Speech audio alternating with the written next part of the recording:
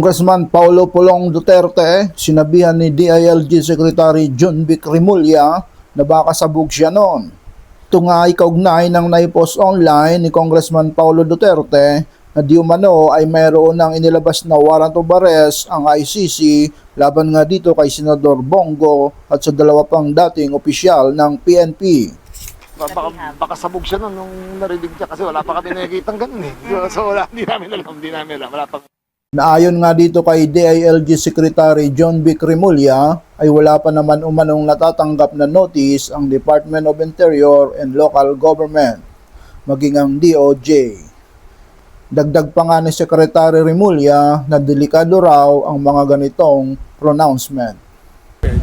Pero yung mga ganong klaseng pronouncements, delikado yun, di ba? Kasi... Samantala, sinagot naman ni Congressman Paulo Duterte ang naging pahayag ng ito ni DILG Secretary John Vic Remulla.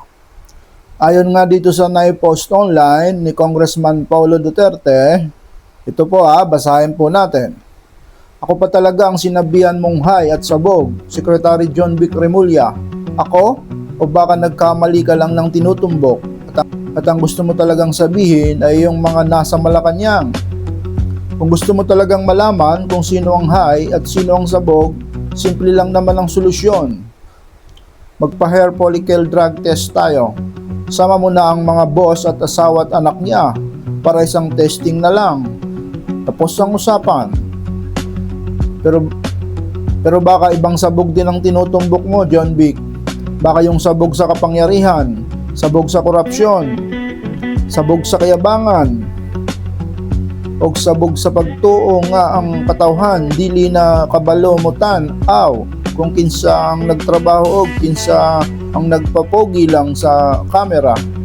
Kaya bago ka muling mamigay ng bansag na hayat sabog, baka mas mabuting tumingin ka muna sa salamin.